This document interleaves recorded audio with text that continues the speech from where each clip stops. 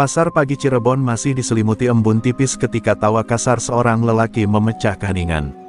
Suara logam beradu dari kaleng bekas cat yang terikat di pinggangnya menandakan kehadirannya.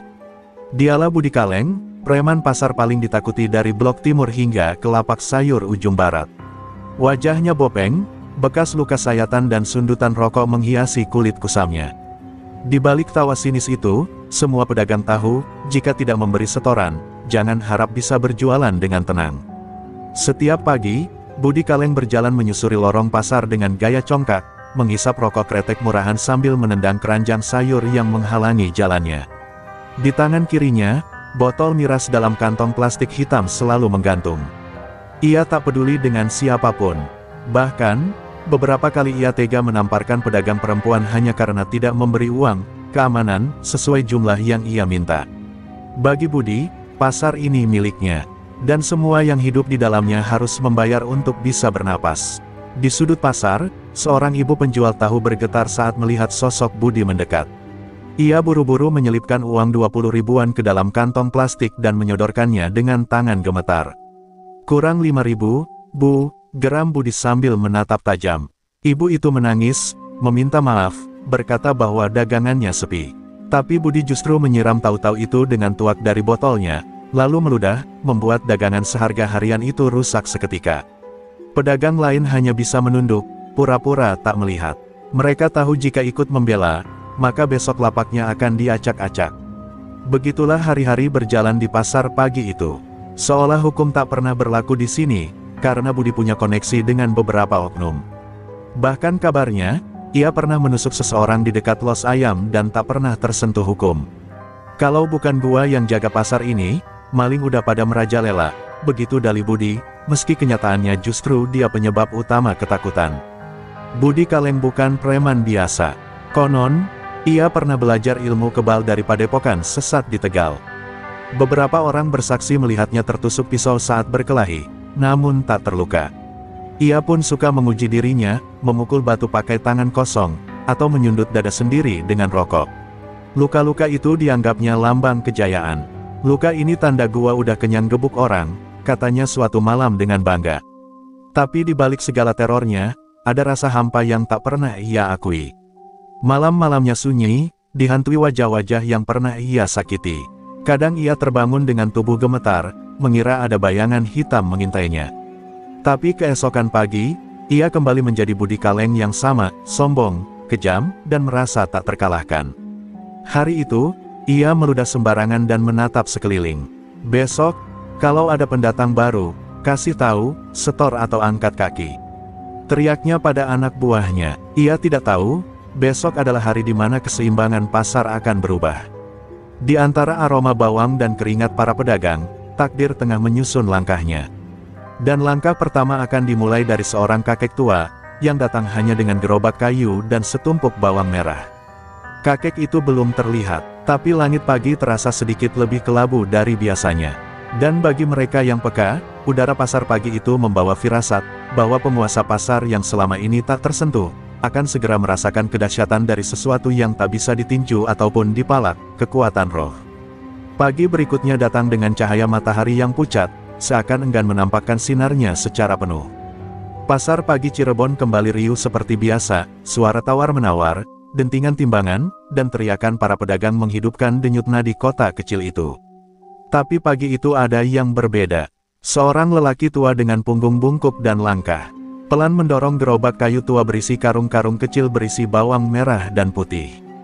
Tak seorang pun tahu dari mana ia datang, wajahnya asing, langkahnya lambat, tapi sorot matanya tajam seperti elang tua yang pernah menyaksikan perang. Kakek itu berhenti di bawah pohon rindang di ujung barat pasar, dekat tempat Budi Kaleng biasa duduk sambil minum tuak. Ia tidak berkata banyak, hanya membentangkan tikar lusuh, menyusun bawang-bawangnya dalam keranjang bambu, dan duduk bersila. Tangannya cekatan, tapi tubuhnya bergetar halus, bukan karena lemah, tapi karena menahan sesuatu yang dalam. Entah itu sabar, atau luka yang sudah terlalu lama diam. Seorang pedagang sayur bernama Mang Dudung mendekat. Ia adalah salah satu pedagang lama yang masih berani bicara jujur. "Kek, hati-hati. Kalau jualan di sini, harus setor ke Budi Kaleng. Dia preman sini," bisiknya pelan, lirih seolah takut udara pun mendengarnya. Kakek itu menatapnya sekilas, lalu tersenyum kecil. Yang jual bawang bukan hanya saya, nak. Tapi mungkin yang akan datang menagih pala cuma dia yang belum tahu siapa saya. Mang Dudung terdiam. Senyum kakek itu bukan senyum biasa.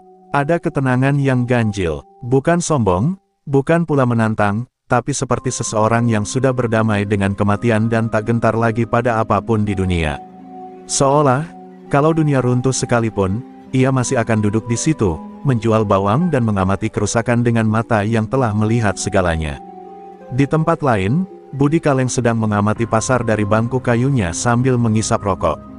Matanya menyapu ke arah keramaian, hingga tiba-tiba berhenti di sosok asing yang duduk bersila di ujung barat. Dahinya mengerut. Siapa tuh? Pendatang baru, berani jualan gak minta izin. Gerutunya, ia meneguk tuaknya, membuang ludah ke samping, dan berdiri dengan gaya congkak. Anak buahnya, Roni dan Jemek, bersiap mengikutinya. Kakek itu melihat Budi Kaleng dari kejauhan. Tapi ia tidak menunjukkan rasa takut sedikit pun. Justru ia menunduk pelan, memejamkan mata sejenak, dan bibirnya bergerak lirih. Entah berdoa, atau memanggil sesuatu yang tak kasat mata. Seekor burung gagak yang hinggap di kabel listrik di atasnya tiba-tiba terbang menjauh, seolah merasa getaran tak terlihat yang keluar dari tubuh renta itu. Budi Kaleng belum tahu siapa yang akan ia hadapi. Di matanya, itu hanya kakek penjual bawang tak berdaya. Tapi di langit, awan mulai menebal. Angin bertiup sedikit lebih tajam, menusuk kulit dan hati. Hari itu belum terjadi apa-apa, tapi keseimbangan telah goyah. Dan dari gerobak kayu tua itu, tak hanya bawang yang dijual, tapi pelajaran keras yang akan mengubah jalan hidup seorang preman yang selama ini merasa tak terkalahkan. Di antara hiruk-pikuk pasar, tak ada yang tahu bahwa ajian kuno yang sudah lama terkubur akan kembali dihidupkan. Dan pasar pagi Cirebon, yang selama ini dikuasai oleh kekerasan dan ketakutan, akan segera menjadi panggung bagi pertarungan antara kejahatan yang arogan dan kearifan yang tenang, pertarungan antara Budi Kaleng dan sang pemilik ajian Rogo Sukmo. Langkah kaki Budi Kaleng menggetarkan tanah di lorong pasar. Suara kaleng beradu logam di pinggangnya semakin mendekat ke arah lapak si kakek. Para pedagang menahan napas, menunduk dalam diam. Roni dan Jemek tertawa mengejek di belakangnya, seperti anjing-anjing lapar yang tahu sebentar lagi akan melihat tontonan kekerasan. Sementara itu, si kakek hanya menunduk tenang, membersihkan kulit bawang dari tumpukan karungnya, seolah tak ada bahaya mendekat. "Woi, kakek tua, lu pikir bisa jualan di sini tanpa izin?" Suara Budi Kaleng meledak seperti petasan di tengah pasar. Beberapa pembeli langsung mundur, pura-pura sibuk memilih cabai agar tak terlihat. Kakek itu tak menjawab, ia hanya menoleh perlahan, menatap Budi. Dengan tatapan yang tak bisa dijelaskan, tatapan seorang lelaki yang sudah melihat banyak hal yang lebih mengerikan dari preman pasar. "Gua kasih pilihan, setor sekarang, atau angkat kaki dari sini selamanya." Gertak Budi sambil membanting botol tuaknya ke lantai. Pecahan kaca menyebar, nyaris mengenai kaki kakek itu. Tapi ia tetap tak bergerak. Hanya menatap pecahan itu seperti menatap bayangan masa lalu. "Kau merasa kuat hanya karena orang takut padamu," gumam kakek itu, suaranya pelan tapi menggema seolah keluar dari dasar bumi. Roni melangkah maju dan menendang gerobak kakek, membuat tumpukan bawang berjatuhan. Jemek menyusul, menumpahkan air dari botol ke atas tikar jualan si kakek sambil tertawa. Tapi kakek itu tetap duduk. Tangannya gemetar, tapi bukan karena takut, melainkan karena amarah yang ia tahan terlalu lama. Matanya mulai berubah tajam. Di balik ketenangannya, ada bara yang menyala perlahan. "Lu tuli, kek, atau pengin gua bikin buta sekalian," bentak Budi sambil mengangkat kakinya, siap menendang kepala si kakek. Tapi saat kakinya hanya sejengkal dari wajah renta itu, ia tiba-tiba terpental ke belakang, seolah menendang dinding baja yang tak kasat mata. Tubuhnya terguling 2 kali ke belakang, membuat orang-orang terkejut dan terdiam. "Apa-apaan itu barusan?" tanya Jemek dengan wajah pucat. Roni mundur 1 langkah. Kakek itu belum juga berdiri. Tapi sekarang auranya berubah. Udara di sekitar pasar terasa berat, seperti diselimuti kabut gaib. Angin berhenti berembus. Beberapa pedagang merasa dadanya sesak, seolah ada sesuatu yang besar dan tak terlihat tengah mengawasi mereka dari atas langit. Dengan suara lirih namun bergetar, si kakek berkata, "Aku datang bukan untuk berperang. Tapi kalau dipaksa, Aku akan buka 1 dari 7 pintu sukmoku. Dan kalau itu terjadi, pasar ini akan tahu apa artinya menghadapi roh yang tak terikat tubuh. Suasana pasar berubah mencekam. Untuk pertama kalinya, Budi Kaleng terdiam, menatap kakek tua itu bukan sebagai sasaran palak, tapi sebagai ancaman yang tak bisa ia pahami. Langit perlahan mendung. Awan hitam menggulung di atas pasar pagi. Dan di tengah tumpukan bawang yang berserakan, darah tua yang pernah membara di medan perang ilmu gaib kini mulai mendidih lagi. Pertemuan ini bukan kebetulan, ini awal dari tumbangnya tirani. Budi Kaleng belum tahu, tapi si kakek sudah bersiap. Sejak insiden itu, kabar tentang kakek penjual bawang yang bisa membuat Budi Kaleng terpental menyebar seperti angin ribut di pasar pagi Cirebon. Tak ada yang berani mendekat ke lapaknya, bukan karena takut, tapi karena hormat yang tiba-tiba muncul dari rasa ngeri yang tak bisa dijelaskan. Gerobaknya kini tampak seperti pusat kekuatan tersembunyi, dan lelaki tua itu menjadi misteri yang tak bisa ditebak oleh mata biasa. Di pos kecil dekat los sayur, Budi Kaleng meringis sambil mengompres kakinya. Roni dan Jemek berdiri gelisah, tak berani berkata apapun. Mata Budi merah, bukan hanya karena marah tapi juga karena malu. Gue ditendang jin, Ron. Ini orang tua bukan orang biasa, gumamnya, suaranya serak. Tapi egonya belum mati. Ia tak akan membiarkan seorang kakek lapuk mempermalukannya di wilayah kekuasaannya sendiri. Malam harinya, saat pasar telah sepi, kakek itu duduk bersila di dekat gerobaknya. Ia menghirup udara malam, lalu menghembuskan napas panjang. Tangannya membentuk mudra tua, dan bibirnya mulai melantunkan mantra dalam bahasa kuno yang bahkan sebagian besar orang Jawa sudah tak mengerti lagi. Udara di sekitarnya bergetar pelan, dan dari tubuhnya perlahan memancar cahaya kebiruan samar yang hanya bisa dilihat oleh mereka yang memiliki penglihatan batin. Dalam gelap, wujud astral dari si kakek muncul perlahan. Sosok itu menyerupai dirinya, tapi tampak lebih muda dan gagah, berdiri di belakang tubuh tuanya. Itulah sukmo sejati, miliknya, hasil dari puluhan tahun pengembaraan batin, tapa brata, dan penguasaan ajian yang dinamakan Rogo Sukmo. Ilmu langka yang memungkinkan raga dan jiwa berpisah, bertarung dalam dua dunia, nyata dan gaib. Dulu, ia adalah seorang pendekar spiritual dari lereng Gunung Lawu.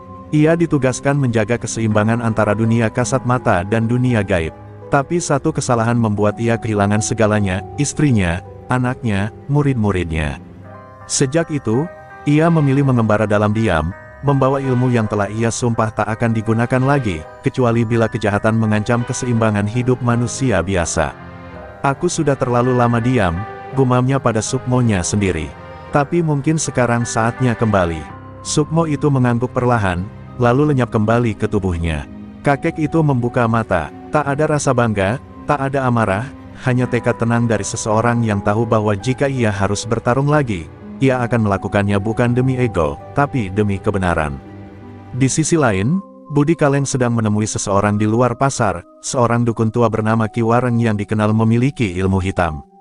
Gue butuh ilmu penakluk sukmo, kata Budi, suaranya penuh dendam. Ki Wareng hanya tertawa pelan, lalu berkata, kalau kau ingin lawan orang itu, kau harus siap kehilangan lebih dari nyawa. Pertempuran bukan lagi sekadar tentang preman dan pedagang. Ini mulai berubah menjadi konflik dua dunia, dunia kasar yang dikuasai otot dan dunia halus yang digerakkan oleh sukma. Dan pasar pagi Cirebon, tanpa disadari, akan menjadi arena di mana masa lalu yang terlupakan akan bangkit dan menguji siapa yang sebenarnya layak disebut penguasa. Langit Cirebon mendung sejak pagi, seolah langit ikut murung mengetahui akan ada perjanjian kotor yang akan mengusik keseimbangan alam. Di pinggiran kota, di sebuah gubuk reyot yang dipenuhi asap menyan dan tengkorak hewan, Budi Kaleng duduk bersila di hadapan Ki Wareng, dukun tua yang wajahnya tampak separuh manusia, separuh bayangan. Bau kemenyan bercampur amis darah menyelimuti tempat itu, membuat Budi mual namun tetap bertahan demi satu tujuan, balas dendam. Ki Wareng membuka matanya perlahan. Bola matanya putih seluruhnya, menatap Budi seolah menembus ke dalam jiwanya. Kau datang dengan amarah, tapi melawan orang seperti dia, kau harus bayar mahal, ucapnya. Budi mengangguk tanpa ragu, ambil saja apapun, asal gua bisa hancurin si kakek itu. Gua gak mau dihina lebih lama. Dukun itu tersenyum bengis, lalu mengeluarkan sebuah kendi tanah liat berisi cairan hitam pekat yang terus bergejolak. Ini adalah warisan ajian gelap peteng. Bukan sembarang ilmu, tapi kekuatan dari lapisan dunia bawah, kata Ki Wareng. Sekali kau meminum ini, sukma lu akan terikat dengan makhluk yang tak bisa kau kendalikan sepenuhnya. Tapi kekuatan lu, bakal melampaui manusia biasa. Budi tak berpikir panjang, ia minum cairan itu dalam sekali teguk. Tubuhnya langsung menggigil hebat, matanya memerah, dan dari dalam tubuhnya terdengar suara tawa makhluk yang bukan berasal dari dunia manusia. Jeritan Budi menggema sepanjang malam. Daging di punggungnya seperti robek, dan dari tulangnya seolah tumbuh duri-duri halus yang tak kasat mata. Ki Wareng memejamkan mata, membaca mantra-mantra kuno untuk mengunci ajian itu di tubuh Budi. Ketika pagi menjelang, Budi Kaleng berdiri lagi, tapi matanya kini tak lagi seperti manusia. Ada kabut kelam yang bersemayam di balik tatapannya. Sementara itu, di pasar pagi, kakek tua itu kembali berjualan seperti biasa. Ia tahu, dari desir angin dan getar tanah, bahwa keseimbangan telah terganggu. Ia bisa merasakan aura jahat yang mulai merambat ke tubuh pasar. Tapi ia tetap tenang, ia tidak bisa bertindak sebelum benar-benar terancam. Ajian Rogo Sukmo adalah ajian pertahanan, bukan untuk menyerang. Dan ia tak ingin kembali membuka gerbang maut yang dulu hampir membuatnya kehilangan segalanya. Namun ketenangan itu tak bertahan lama. Pagi itu, seekor kucing pasar yang biasa tidur di dekat tikar jualannya tiba-tiba mati dengan mata membelalak, darah keluar dari telinganya. Seekor burung pipit jatuh di atas gerobaknya dan menggeliat tanpa sebab. Tanda-tanda alam mulai muncul. Kakek itu menatap langit, lalu berbisik, mereka mulai turun. Si Budi telah membuka gerbangnya. Di tempat lain, Budi Kaleng berdiri di depan cermin, menatap bayangannya yang tak lagi sepenuhnya mencerminkan dirinya. Suara dari dalam dirinya bergema, sekarang saatnya. Hancurkan dia, ambil tubuhnya, hisap sukmonya. Budi tersenyum bengis. Tunggu saja, Cat, lu pikir lu satu-satunya yang bisa mainan dunia gaib. Kali ini, gua datang bukan sebagai preman, tapi sebagai pemburu sukma. Pertempuran spiritual itu belum dimulai, tapi gelombangnya sudah mulai mengusik alam. Dan dalam waktu dekat, pasar pagi Cirebon akan menjadi medan benturan antara ajian putih dan hitam. Bukan lagi soal uang atau wilayah. Ini soal jiwa dan kehancuran. Subuh itu pasar pagi Cirebon tak seperti biasa. Udara terasa lebih berat, seolah waktu melambat di antara lorong-lorong kios dan gerobak pedagang. Kabut tipis menyelimuti seluruh area, padahal matahari belum sepenuhnya naik. Para pedagang mulai merasa gelisah, beberapa bahkan memilih tak membuka lapaknya. Hanya satu lapak yang tetap tenang, milik si kakek penjual bawang. Ia duduk bersila di belakang tikarnya, matanya terpejam, seolah sedang menunggu sesuatu yang sudah ia ramalkan. Dari kejauhan, Budi Kaleng datang perlahan. Tubuhnya tampak biasa, tapi auranya tidak. Ia menyatu dengan kabut, seperti bayangan yang tumbuh dari kehampaan. Wajahnya tenang, namun mata merahnya menyiratkan kehancuran. Di belakangnya, tak tampak siapapun, tapi sesungguhnya ia tidak datang sendiri. Makhluk dari ajian gelap peteng telah menempel di punggungnya, roh haus sukma yang mendesis setiap kali mendekat pada manusia. Tiba-tiba, seekor ayam milik pedagang pecel terbang ke udara, berkokok keras lalu jatuh tanpa nyawa. Sontak semua orang menoleh, dan saat itulah kabut mulai berputar. Dari pusaran itu, muncul sosok hitam tinggi besar tanpa wajah, berjalan menyeret rantai api. Suaranya seperti suara tulang yang dipatahkan. Anak-anak kecil menangis, para pedagang berlari ketakutan, dan sebagian hanya bisa mematung melihat makhluk itu muncul begitu saja di tengah pasar. Budi Kaleng berdiri tenang di balik makhluk itu, tangannya menunjuk ke arah lapak si kakek. Itu dia, habisi, gumamnya. Makhluk itu meraung tanpa suara, lalu bergerak cepat seperti asap pekat, menghantam gerobak si kakek dengan kekuatan yang bisa merobohkan pohon beringin. Tapi serangan itu tak pernah sampai. Di detik terakhir, sosok kakek itu lenyap, dan makhluk hitam hanya menghantam ruang kosong, menciptakan gelombang kejut yang memecahkan kaca-kaca warung sekitar. Dari atas genteng kios sayur, kakek itu muncul berdiri, tubuhnya kini memancarkan cahaya keemasan tipis. Kau sudah membuka gerbang kedua, Budi, kau tahu artinya? Tanyanya dengan suara dalam. Berarti tak ada jalan pulang, jawab Budi. Suaranya datar, seperti bukan lagi suara manusia sepenuhnya. Ia lalu mencabut sebilah besi karatan dari balik bajunya, bukan senjata biasa, tapi sebuah paku kuno dari peti mati zaman kolonial, kini berfungsi sebagai jimat pemecah sukma. Kakek itu menarik napas panjang. Maka aku pun akan membuka kembali sesuatu yang telah lama kupendam, ucapnya.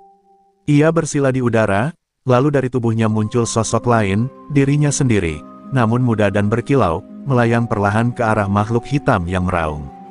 Rogo Sukmo, maju, teriaknya. Kedua sosok astral, milik kakek dan makhluk bayangan budi, akhirnya bertemu di tengah pasar, menciptakan getaran halus yang membuat tanah basah bergetar seperti dicekam gempa kecil.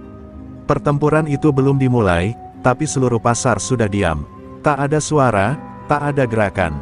Para pedagang hanya bisa menatap langit, karena di atas mereka dua kekuatan gaib tengah saling menatap, siap bertarung. Dan dari balik warung kopi, Ki Wareng menyaksikan semua itu dengan senyum kecil. Gerbang kedua telah terbuka, tinggal menunggu waktu sampai gerbang ketiga terbuka sendiri, bisiknya pada dirinya sendiri. Dan saat gerbang ketiga terbuka, bukan hanya pasar yang akan terbakar, tapi seluruh kota. Udara pagi itu berhenti bergerak. Waktu seolah membeku saat dua sosok tak kasat mata saling menatap di atas pasar pagi Cirebon, Rogo Sukmo milik sang kakek, dan makhluk kelam dari ajian gelap peteng yang melekat pada Budi Kaleng. Tubuh fisik mereka diam di dunia nyata, tetapi pertarungan jiwa yang berlangsung jauh lebih dahsyat dari apapun yang bisa disaksikan oleh mata manusia biasa. Dalam dunia gaib itu, warna dan bentuk kehilangan makna. Yang tersisa hanyalah kekuatan, niat, dan keberanian. Sosok astral sang kakek, berwujud pemuda bersorban putih dan mata berkilau cahaya, maju menantang. Ia tak membawa senjata apapun, hanya dua tangan bersinar yang memancarkan energi kuning kemasan. Di seberangnya, makhluk bayangan tinggi besar tanpa wajah melayang, membawa rantai hitam yang terus mengeluarkan api ungu. Mereka bertabrakan dalam kilatan energi, menghasilkan ledakan cahaya dan kabut pekat yang mengguncang ruang astral pasar itu. Teriakan sukma terdengar nyaring, menggema ke seluruh penjuru alam halus.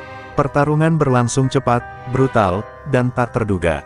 Makhluk bayangan menghantam dengan rantai api, namun Rogo Sukmo menghindar dengan gerakan ringan, seperti angin menari. Serangan balik kakek itu adalah tabrakan cahaya murni yang membuat makhluk itu mundur sejenak, tubuhnya terkoyak dan menguap. Tapi setiap luka yang diderita si bayangan justru membuatnya tumbuh lebih besar. Ia menyerap kemarahan Budi Kaleng, yang di dunia nyata kini menggertakkan gigi, tubuhnya berkeringat deras. Budi Kaleng merasakan sukma kakek itu kuat, bahkan terlalu kuat untuk ditaklukkan dalam satu gelombang serangan. Namun bisikan dari dalam dirinya tak berhenti. Korbankan dagingmu, keluarkan gerbang ketiga, maka kemenangan di tanganmu. Tapi tubuhnya bergetar hebat. Ajian gelap peteng memang dahsyat, namun menuntut tumbal yang tak sedikit. Jika ia lanjut membuka gerbang ketiga, hidupnya tak akan kembali seperti semula. Ia mungkin akan menjadi wadah sepenuhnya bagi makhluk dari dunia bawah. Sementara itu, Rogo Sukmo mulai melemah. Meski berpengalaman, usianya yang sudah renta di dunia nyata memengaruhi kekuatan spiritualnya. Ia mencoba mengunci makhluk bayangan dengan Raja Sukma, tapi energi hitam dari lawannya terus menyusup, mencoba merusak segel-segel doa yang ia bangun. Kau bukan anak muda biasa, Budi, bisik sosok Rogo Sukmo di tengah pusaran pertempuran. Tapi kekuatanmu bukan kekuatanmu sendiri. Kau hanya wadah, dan wadah bisa pecah. Ledakan besar terjadi. Rogo Sukmo terhempas ke tembok tak kasat mata, dan tubuh kakek di dunia nyata tersentak keras. Bibirnya mengucurkan darah. Para pedagang yang menyaksikan hanya bisa berteriak kecil, tak tahu apa yang sebenarnya terjadi. Sementara itu, Budi Kaleng membuka matanya perlahan, mata yang kini tak sepenuhnya miliknya sendiri. Dalam dirinya, makhluk gelap peteng mendesak, meminta akses penuh ke tubuhnya, berbisik, buka gerbang ketiga, atau kau mati sia-sia. Namun pada detik terakhir, kakek tua itu membuka matanya kembali. Wajahnya pucat, tapi matanya penuh nyala. Ia menggenggam segenggam tanah dari pasar yang ia kumpulkan. Semalaman, tanah yang telah dirapal doa dan mantra leluhur. Dengan suara serak, ia membisikkan satu ajian pelindung terakhir, Jagat Suwung, lindungi ragaku dari kebinasaan. Tanah itu ia lemparkan ke langit, dan tiba-tiba cahaya keemasan turun membentuk lingkaran besar yang menutup pasar. Makhluk bayangan itu meraung, untuk pertama kalinya, kesakitan. Pertarungan belum usai, tapi peta kekuatan mulai berubah. Sang kakek mulai bangkit, meski tubuhnya sudah tak sekuat sebelumnya. Dan Budi Kaleng, kini hanya selangkah lagi dari kehilangan kendali sepenuhnya. Sementara itu, Ki Wareng di kejauhan mencatat semuanya. Dengan mata penuh nafsu, ia tersenyum lebar. Gerbang ketiga akan terbuka, dan saat itu aku akan bangkit sepenuhnya. Budi Kaleng berdiri kaku di tengah pasar, tubuhnya gemetar seperti tersengat ribuan aliran listrik. Matanya, yang dahulu menyimpan kebengisan dunia premannya, kini menyala keunguan, bukan lagi milik manusia biasa. Nafasnya berat, dadanya turun naik seperti menahan amarah ribuan makhluk. Di dalam dirinya, Ki Wareng tertawa. Satu langkah lagi, Budi, buka gerbang ketiga, jadilah wadah yang utuh untukku. Bisik itu bergaung, membuat Budi menjerit sambil mencengkeram kepalanya. Para pedagang mulai ketakutan. Mereka melihat perubahan pada Budi, namun tak tahu akar kekacauan ini. Seorang ibu penjual lontong sayur bahkan menjerit ketika Budi tiba-tiba melangkah menghampiri lapaknya dengan tatapan kosong. Tapi langkah itu terhenti. Kakek tua, meski lemah dan bersimbah darah, berdiri menghadang.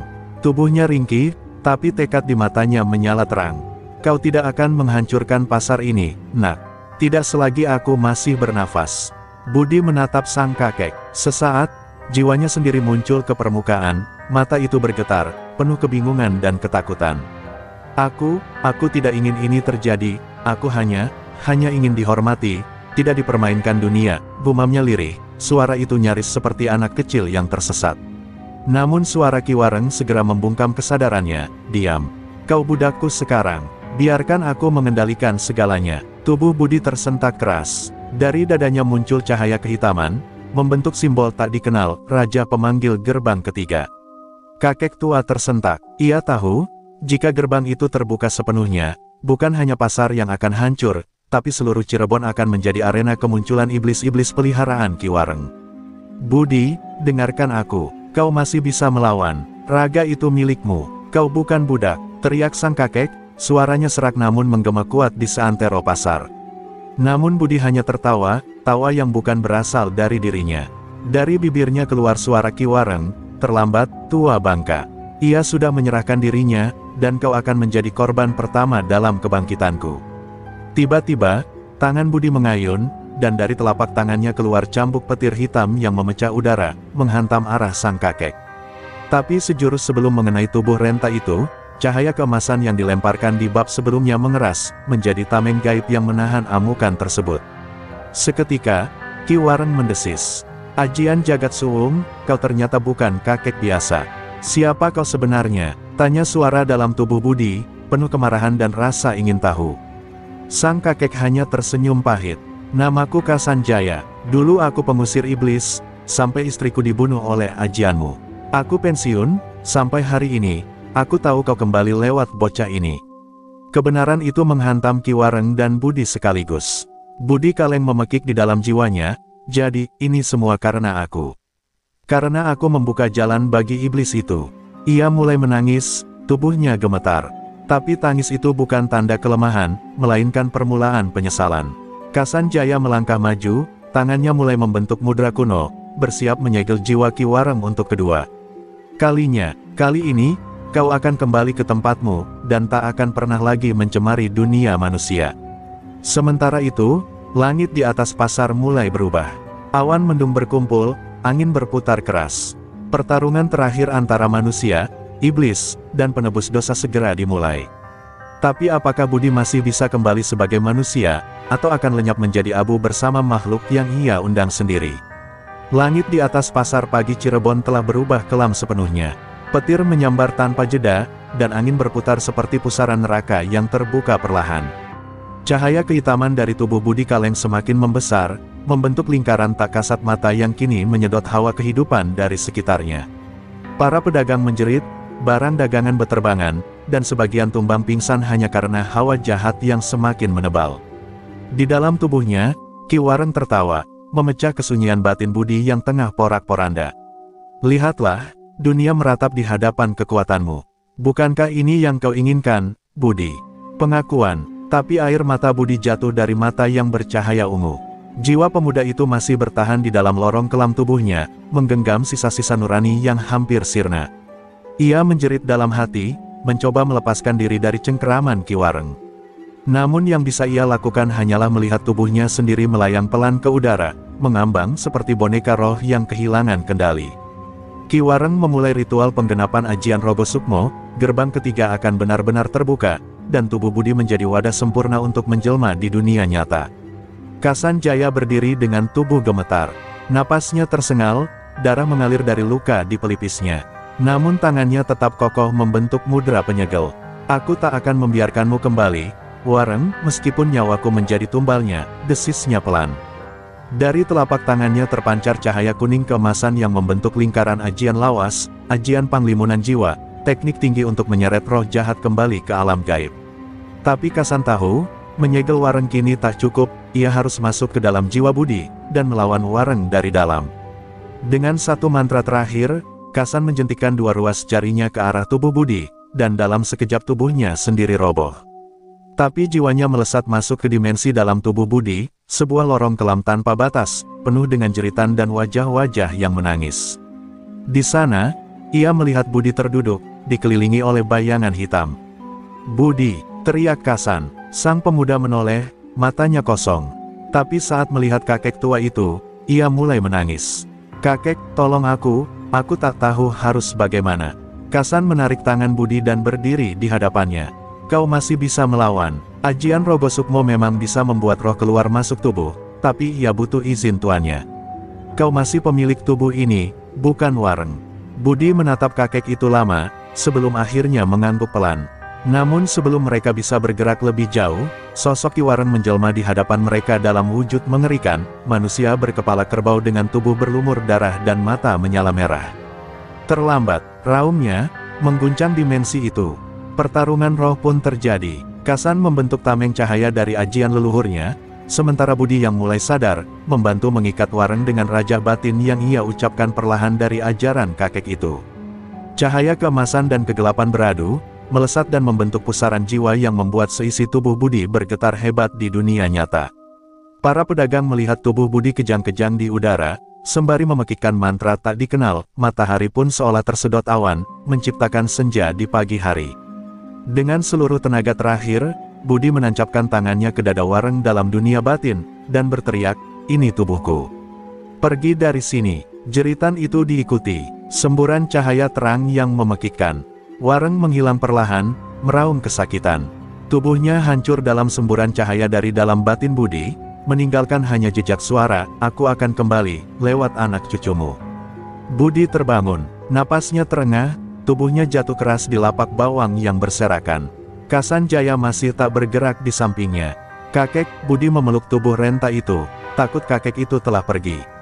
Namun sebuah batuk kecil membuatnya lega. Kasan masih hidup, meski lemah. Pasar kini hening. Gerbang ketiga tertutup. Tapi dosa Budi belum usai, karena kini ia harus menebus semua luka yang telah ia buat sendiri, dan menjaga warisan kutukan agar tidak jatuh ke tangan siapapun lagi. Pasar pagi Cirebon kembali bergeliat dengan hiruk-pikuk pedagang dan pembeli. Namun, suasana kali ini terasa berbeda. Seperti ada bayang kelam yang menyelimuti sudut-sudut pasar. Budi Kaleng duduk termenung di pojok lapak bawang, wajahnya yang dulu penuh kesombongan kini memancarkan penyesalan yang dalam. Luka di dadanya tak hanya dari benturan dunia gaib kemarin, tapi dari luka hati yang tak terlihat, kepercayaan yang hilang dari para pedagang dan tetangganya. Beberapa pedagang masih menatapnya dengan waspada, bahkan takut. Mereka mengingat betapa ia dulu menjadi teror yang menindas semua orang. Suara bisik-bisik mengisi udara, mengaitkan Budi dengan iblis yang hampir menghancurkan pasar. Dia sudah berubah, tapi siapa yang percaya? Gumam seorang pedagang tua sambil mengelap peluh. Sementara itu, Budi hanya bisa menunduk, menyesali setiap langkahnya yang pernah salah. Kasan Jaya, meski masih lemah, selalu setia di sisi Budi. Kakek itu memandang ke arah pasar dengan tatapan tajam. "Jalan penebusan bukanlah jalan mudah, nak. Kau harus bersiap menghadapi luka yang tak kasat mata ini. Mereka butuh bukti, bukan hanya kata-kata," ucapnya pelan. Budi mengangguk, merasakan beban berat di pundaknya yang kini tak bisa lagi ia elakkan. Namun di balik semua itu, ada satu hal yang tak pernah hilang dari hati Budi, tekad untuk memperbaiki diri. Ia mulai membantu para pedagang dengan sukarela, membayar dagangan yang ia rusak saat dirinya kehilangan kendali, bahkan berjaga saat ada ancaman preman lain yang berani mengganggu. Perlahan, beberapa pedagang mulai melunak. Tapi suara-suara waspada itu tetap ada, mengintai dari balik senyum yang dipaksakan.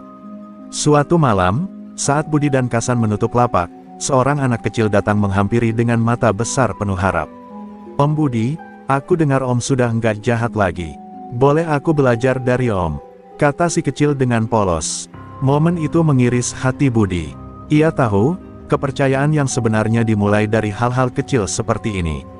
Sebuah awal baru yang harus ia rawat dengan penuh kesabaran dan keikhlasan. Namun bayangan masa lalu tak pernah jauh. Di balik senyum itu, Budi merasa sesuatu yang mengintai. Bisikan kecil dari dalam batinnya, suara Ki Wareng yang pernah menguasai tubuhnya, masih terkadang mengganggu. Ia tahu, pertarungan sebenarnya belum selesai. "Aku harus lebih kuat, bukan untuk menyerang, tapi untuk menjaga," tekad Budi membara. Kasan menepuk bahu Budi dengan lembut. "Kau sudah melewati ujian terberat, Nak. Sekarang waktumu untuk membangun. Jangan biarkan luka kemarin merusak hari esokmu." Budi menatap ke arah pasar, melihat orang-orang yang mulai percaya padanya sedikit demi sedikit. Hatinya bergetar, penuh harapan dan doa agar luka yang tak terlihat ini perlahan sembuh dan ia bisa menjadi pelindung sejati pasar itu. Langit malam Cirebon semakin terang oleh bintang. Di antara gemerlapnya, ada harapan baru yang tumbuh di hati seorang penebus dosa bernama Budi Kaleng. Meski perjalanan panjang masih menanti, langkahnya kini mulai mantap, siap menapaki hari esok dengan jiwa yang sudah dibakar oleh api penyesalan dan semangat baru. Malam-malam di pasar pagi Cirebon kini tidak lagi sepi, tapi keheningan di balik gemuruh aktivitas mulai terganggu oleh bisikan-bisikan gelap. Dari kejauhan, bayangan samar muncul, sosok yang selama ini tersembunyi dalam kenangan buruk Budi. Itu adalah Slamet, tangan kanan Ki Wareng yang dulu ikut mengawal kekejaman sang ajian hitam. Slamet muncul dengan mata penuh dendam dan niat membalas kekalahan mereka, membawa berita buruk yang mengguncang hati Budi sampai ke dasar jiwa. "Kau pikir kau sudah bebas? Wareng tak akan pernah rela kalah. Aku datang untuk menagih hutang darah." Suara Slamet bergema di lorong-lorong pasar, menebarkan ketakutan pada para pedagang yang mendengar kabar kedatangannya. Mereka berbisik-bisik, seolah ingin mengingatkan Budi akan masa lalu kelam yang tak akan mudah hilang. Wajah-wajah yang dulu menghindar kini menatap Budi dengan cemas, bertanya-tanya apakah neraka lama akan terbuka kembali. Budi merasakan dingin yang menusuk tulang saat kabar itu sampai di telinganya. Meski sudah berusaha memperbaiki diri, kini ancaman nyata berdiri di depan matanya. Kasan Jaya yang sejak pagi sudah terlihat lesu, memandang Budi dengan mata penuh kewaspadaan. "Kita harus siap, Nak. Ini bukan sekadar pertempuran biasa. Mereka datang bukan hanya untuk mengganggu, tapi ingin mengambil apa yang pernah mereka anggap milik mereka." Dalam kegelapan malam, Budi berlatih bersama Kasan. Tubuhnya yang dulu lemah kini mulai kembali kuat, tapi jiwanya masih bergelut antara ketakutan dan tekad. "Aku tidak mau menyerah, kakek.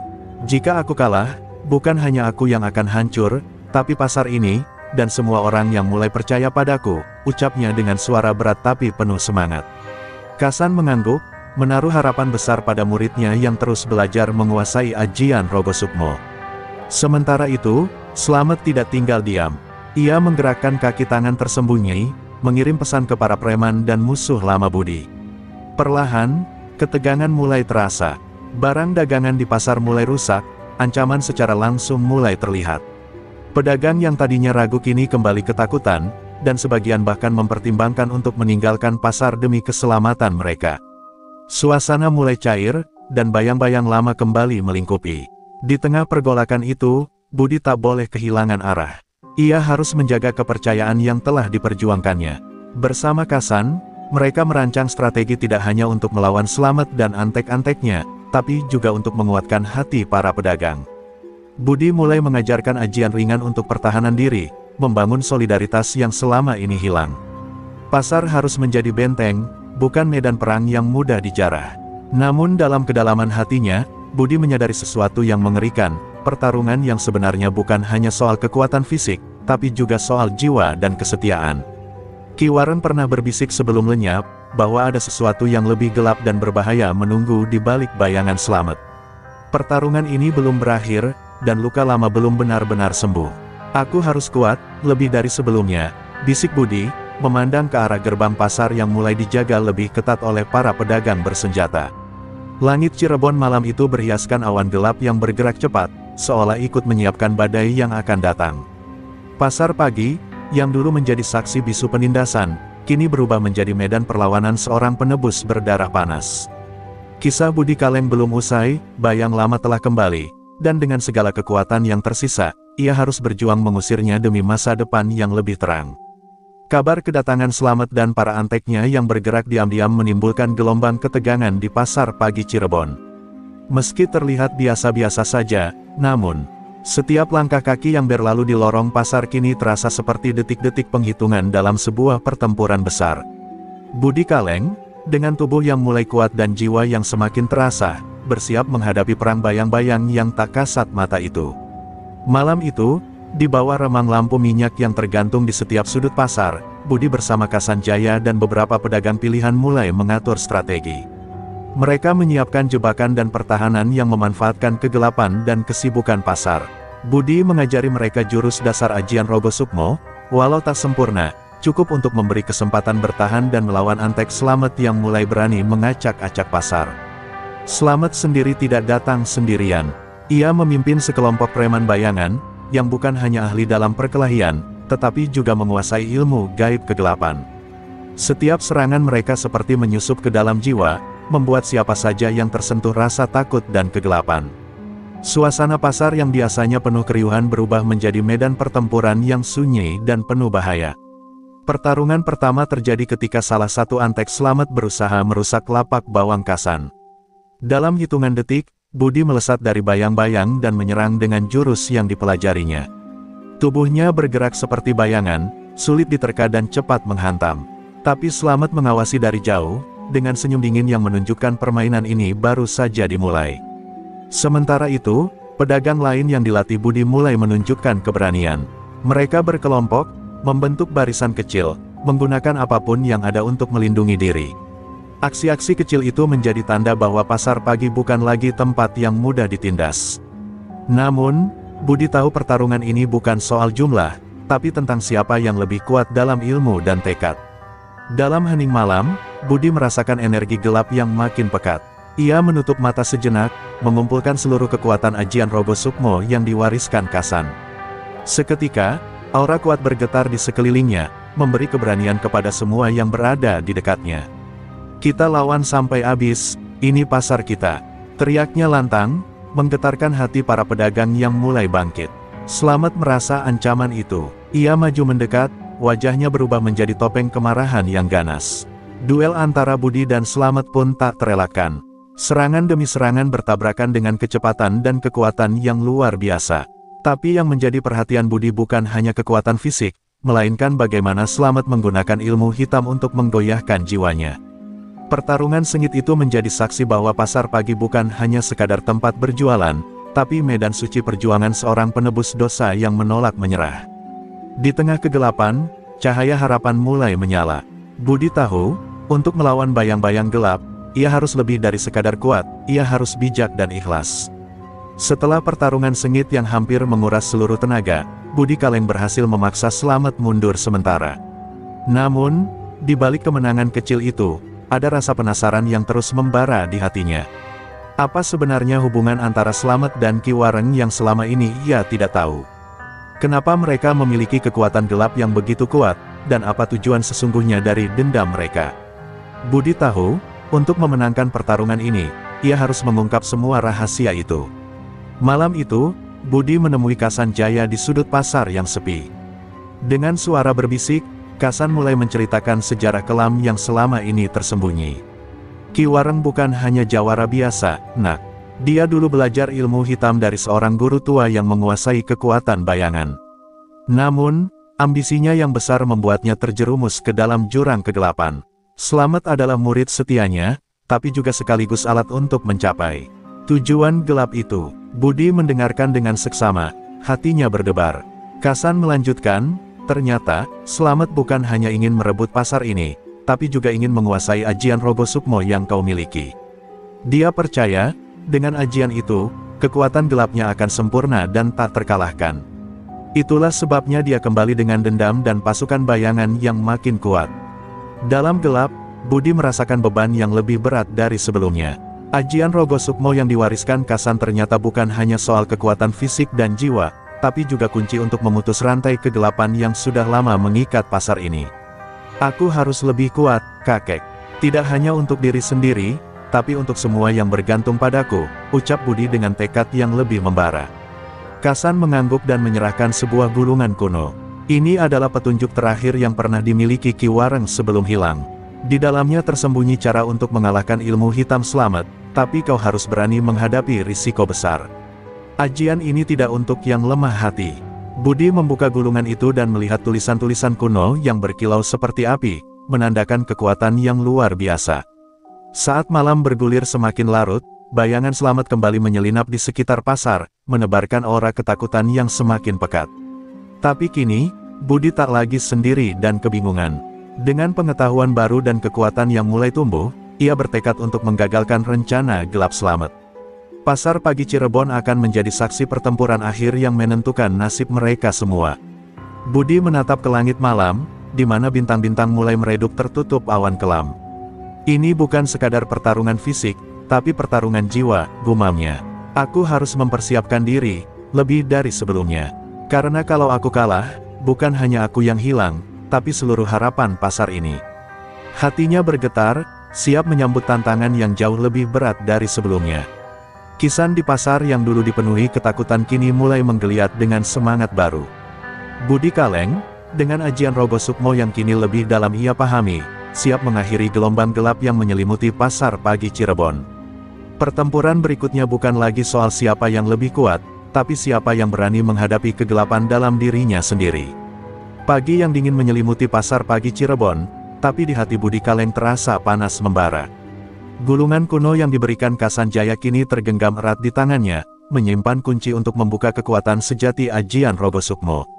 Namun, Kasan mengingatkan bahwa sebelum kekuatan itu bisa bangkit sepenuhnya, Budi harus melewati ujian jiwa yang berat, ujian yang akan menyingkap luka lama dan menantang keteguhan hatinya.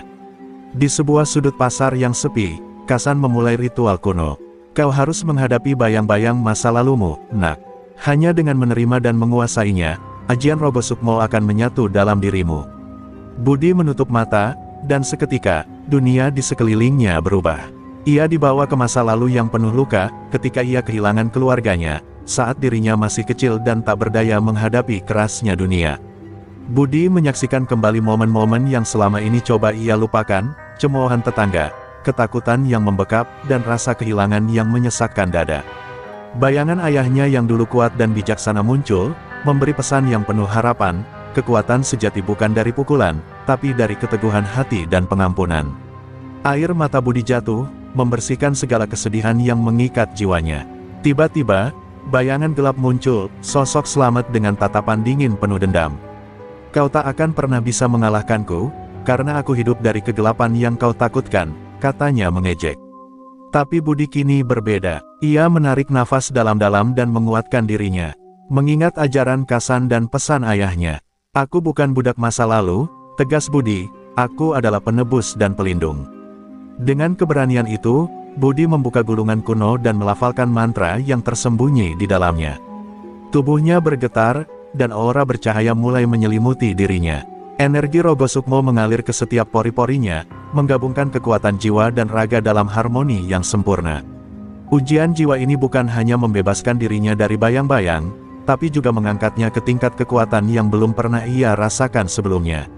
Setelah meditasi panjang, Budi membuka mata dan kembali ke pasar. Di wajahnya terlihat kedamaian dan ketegasan yang baru. Kasan tersenyum bangga, kau sudah siap menghadapi tantangan sesungguhnya, nak. Sekarang, kita akan hancurkan bayang-bayang yang mengancam pasar ini. Para pedagang yang mendengar kabar itu mulai memandang Budi dengan penuh harapan. Namun, Budi tahu ini bukan akhir, melainkan awal dari babak paling berat. Selamat dan pasukannya pasti akan kembali dengan kekuatan yang lebih gelap.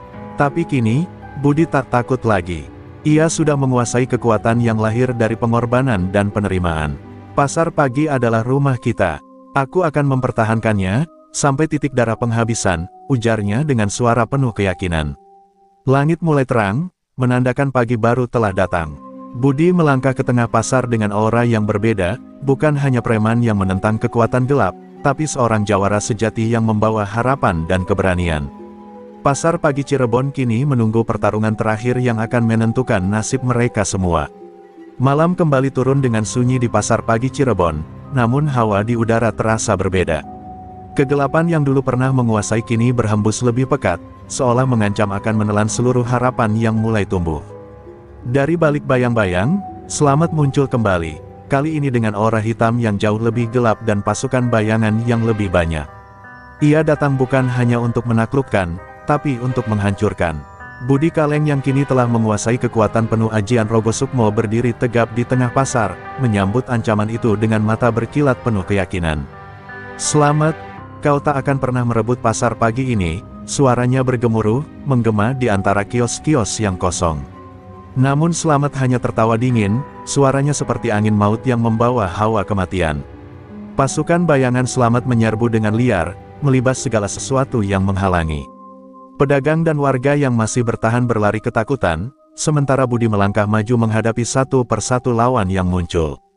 Cahaya terang dari tubuh Budi memancar, menangkis gelombang kegelapan yang mencoba menyentuhnya. Ini bukan lagi pertarungan biasa, tapi benturan antara cahaya dan bayang-bayang. Slamet maju sendiri ke arah Budi, kedua mata mereka bertemu, penuh kebencian dan tekad. "Kau pikir ajianmu bisa mengalahkanku? Aku sudah menyerap kekuatan kegelapan yang tak bisa kau bayangkan," ancam Slamet sambil mengangkat tangan penuh energi hitam yang berputar liar. Budi tak gentar, ia menghembuskan nafas dalam-dalam, memanggil kekuatan Rogo Sukmo yang kini menyatu dengan jiwanya. Pertarungan antara mereka berubah menjadi pertempuran magis yang dahsyat, ledakan energi bercahaya dan gelap saling bertabrakan hingga menerangi langit malam. Pasar yang dulu tenang berubah menjadi medan perang yang menggetarkan jiwa, suara dentuman dan teriakan bersatu dalam simfoni kekacauan. Budi berusaha menahan serangan Slamet, setiap pukulan terasa seperti badai yang mengguncang seluruh tubuhnya. Namun, Slamet memiliki satu senjata rahasia, sebuah mantra gelap yang mampu membekukan gerak lawan dalam sekejap. Saat Budi hampir terjerat, ingatan tentang ujian jiwa kembali menguatkan dirinya. Ia menolak menyerah, memusatkan semua energi Rogo Sukmo ke dalam satu serangan dahsyat yang menghancurkan mantra beku itu. Dengan sekali pukul, Budi melepaskan gelombang cahaya yang menyapu seluruh pasukan bayangan. Pasukan gelap luluh lantak, dan Slamet terjatuh, tapi matanya masih menyala penuh dendam. "Ini belum berakhir, Budi. Aku akan kembali," katanya sebelum lenyap ke dalam kegelapan. Budi berdiri dengan napas terengah-engah, menyadari bahwa kemenangan ini hanyalah sebuah jeda. Pasar Pagi Cirebon masih terancam, dan pertarungan sejati belum selesai. Langit mulai cerah, tapi awan gelap masih mengintai di kejauhan. Budi memandang ke arah horizon, hatinya penuh tekad dan kewaspadaan. "Aku harus terus kuat, untuk menjaga pasar ini dan semua orang yang kuanggap keluarga. Sampai akhir nanti, aku akan bertarung," bisiknya dengan suara penuh keyakinan, siap menghadapi gelombang gelap yang akan datang. Keesokan harinya, Pasar Pagi Cirebon masih menyisakan puing-puing kehancuran. Bau asap dan debu memenuhi udara, namun semangat para pedagang mulai bangkit. Di tengah reruntuhan, Budi Kaleng berdiri dengan wajah lelah tapi penuh tekad. Pertarungan malam sebelumnya telah membuka mata semua orang bahwa kegelapan bukan sekadar bayangan, melainkan ancaman nyata yang harus dilawan bersama. Budi mengumpulkan para pedagang dan warga yang masih bertahan, berbicara dengan suara tegas dan penuh semangat. "Kita tak bisa melawan sendirian. Pasar ini adalah rumah kita bersama. Kalau kita bersatu, kegelapan tak akan menang." Kata-katanya seperti api yang membakar semangat para pendengar, menghilangkan rasa takut dan menggantinya dengan tekad untuk berjuang. Di antara mereka muncul sosok-sosok yang selama ini hanya diam, seperti Pak Gino, tukang sayur yang kuat dan punya ilmu kanuragan sederhana, serta Mbah Surip, seorang kakek penjual rempah yang dikenal bijaksana. Mereka bersedia bergabung dalam barisan pertahanan, siap melindungi pasar dan membantu Budi menghadapi ancaman Slamet yang bisa datang kapan saja. Budi juga menyadari bahwa ia tidak bisa mengandalkan kekuatan ajian Rogo Sukmo saja. Ia harus belajar lebih dalam, menguasai ilmu yang lebih tinggi agar bisa mengimbangi kegelapan Slamet. Kasan Jaya pun datang membawa buku-buku tua dan ajian pelengkap yang akan membantu Budi mengasah kemampuannya. "Ini saatnya kau menjadi bukan hanya penjaga, tapi juga pelindung sejati," ujar Kasan dengan suara tegas. Sementara itu, di sudut pasar yang sepi, seorang wanita misterius mengamati dari kejauhan. Ia mengenakan jubah hitam dan mata tajam yang menyiratkan pengalaman bertahun-tahun. "Budi Kaleng sudah mulai bergerak," gumamnya pelan. "Tapi aku harus pastikan dia siap menghadapi apa yang akan kuturunkan selanjutnya." Wanita itu menyembunyikan wajahnya, langkahnya menghilang dalam bayang malam. Budi menghabiskan waktu berlatih keras, melatih tubuh dan jiwanya di bawah bimbingan Kasan. Setiap tetes keringat menjadi saksi tekadnya untuk melindungi pasar pagi. Ia mulai memahami bahwa ajian Rogo Sukmo bukan sekadar ilmu pukulan, tapi perpaduan antara kekuatan fisik dan kedamaian batin yang harus dijaga. Kekuatan terbesar berasal dari keseimbangan itu. Hari-hari berlalu dengan cepat, dan semakin banyak warga yang bergabung dalam barisan pertahanan. Pasar yang dulu penuh ketakutan kini berubah menjadi benteng kecil yang siap menghadapi serangan. Budi tahu, hari pertarungan akhir dengan selamat semakin dekat, dan dia harus memimpin dengan hati yang kuat dan kepala yang dingin. Di tengah persiapan itu, pesan misterius datang lewat sebuah surat tanpa tanda tangan, "Kegelapan yang sebenarnya belum kau lihat, Budi. Bersiaplah, karena badai akan segera datang." Budi menggenggam surat itu erat, napasnya memburu. Ini bukan lagi sekadar pertarungan pasar, tapi perang antara cahaya dan bayang-bayang yang menentukan nasib mereka semua. Malam itu, angin dingin berhembus kencang melintasi pasar pagi Cirebon, membawa aroma hujan yang belum turun. Budi Kaleng berdiri di tengah lapangan pasar, bersama para pendukungnya yang kini telah bersatu dalam tekad membela kampung halaman mereka. Namun, ketenangan itu hanyalah ilusi, karena badai kegelapan mulai menggerakkan sayapnya dengan ganas. Tiba-tiba, dari kejauhan muncul kilatan cahaya gelap yang menyambar-nyambar, disusul suara gemuruh mengerikan yang membuat jantung semua orang berdegup kencang. Pasukan bayangan selamat kembali menyerbu, tapi kali ini jauh lebih banyak dan lebih brutal. Mereka membawa senjata-senjata yang tampak seperti berasal dari dunia lain, penuh aura hitam yang menakutkan. Budi segera mengerahkan pasukan pertahanan, memberikan instruksi dengan suara lantang, "Jangan biarkan mereka masuk lebih dalam. Lindungi para pedagang dan warga yang tak berdaya." Para pedagang yang sebelumnya takut kini berubah menjadi pejuang yang gigih, melawan bersama-sama dengan Budi, berbekal keberanian dan sedikit ilmu bela diri yang mereka kuasai. Pertarungan berlangsung sengit, cahaya dan bayangan bertabrakan dengan ledakan-ledakan magis yang menerangi gelapnya malam. Budi sendiri harus bertarung melawan beberapa prajurit bayangan sekaligus, mengeluarkan seluruh kemampuan ajian Rogo Sukmonya.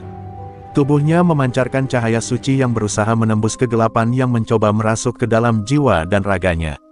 Di tengah pertempuran, Selamat muncul, wajahnya berubah menjadi lebih bengis dan suram. Ia mengangkat tangan dan melontarkan mantra gelap yang memekakkan telinga, membuat para pejuang Budi tersentak dan sebagian terluka parah. Budi merasakan tekanan luar biasa, namun ia tidak goyah. "Aku tidak akan membiarkan kau menguasai pasar pagi ini," teriaknya dengan penuh keberanian. Seiring waktu berlalu, jumlah pasukan gelap mulai mendominasi. Namun, muncul kejutan dari arah lain, wanita misterius yang sempat mengawasi Budi kini turun tangan. Dengan ilmu yang tidak kalah kuat, ia memanggil angin dan api, membakar pasukan bayangan yang mulai mengelilingi Budi dan para pendukungnya. Keberadaannya membawa harapan baru, sekaligus tanda tanya yang membekas. Pertempuran berakhir dengan banyak korban di kedua sisi. Pasar pagi hancur dan berlumuran darah, tapi Budi dan sekutunya berhasil mengusir pasukan gelap untuk sementara. Namun, tatapan Selamat yang penuh dendam saat mundur menyiratkan bahwa perang sesungguhnya baru saja dimulai. Budi menatap langit kelam, berbisik, "Ini baru permulaan, aku harus siap menghadapi badai yang lebih dahsyat." Setelah pertempuran dahsyat yang mengguncang pasar pagi Cirebon, suasana berubah menjadi sunyi yang mencekam. Tubuh-tubuh tergeletak, bangunan yang dulu riuh kini menjadi puing-puing yang kelam. Budi Kaleng berdiri di tengah reruntuhan, dada berdebar, tubuh lelah namun jiwa membara. Ia tahu, pertarungan terakhir dengan Selamat akan segera tiba, pertarungan yang menentukan nasib pasar dan semua orang yang ia cintai. Selamat muncul kembali, wajahnya berubah menjadi sosok bayangan penuh amarah dan dendam yang membara. "Budi, kau terlalu sombong mengira bisa menghalangiku," teriaknya, matanya menyala merah seperti bara api. Dengan suara yang bergemuruh, Selamat memanggil kekuatan kegelapan terdalamnya, energi hitam berputar di sekeliling tubuhnya, membentuk lingkaran neraka yang siap menelan segalanya. Budi mengangkat tangannya, memusatkan seluruh kekuatan ajian Rogo Sukmo yang telah ia pelajari dengan susah payah. Dalam dirinya mengalir energi suci yang menggabungkan kekuatan fisik dan ketenangan jiwa, yang menjadi tameng dan pedang sekaligus. Ini bukan hanya tentang pasar, tapi tentang masa depan yang ingin kita jaga, ucap Budi dengan suara penuh keyakinan. Duel pun dimulai. Tubuh mereka bergerak cepat bagaikan bayangan yang berkelit di antara reruntuhan. Setiap serangan selamat penuh dengan kegelapan dan amarah, mencoba menghancurkan pertahanan Budi dan menembus jiwanya. Namun, Budi membalas dengan pukulan-pukulan penuh cahaya, gerakan yang diiringi bisikan mantra dan doa yang mengalir dari kedalaman hatinya. Pertarungan itu menjadi sakral, bukan sekadar adu tenaga, tapi adu kehendak. Di saat Slamet melancarkan serangan terakhir yang mampu membakar jiwa, Budi mengorbankan sebagian energinya, memanggil kekuatan Rogo Sukmo dalam bentuk paling murni. Tubuhnya diselimuti cahaya putih yang memancar hingga membuat kegelapan Slamet mulai memudar.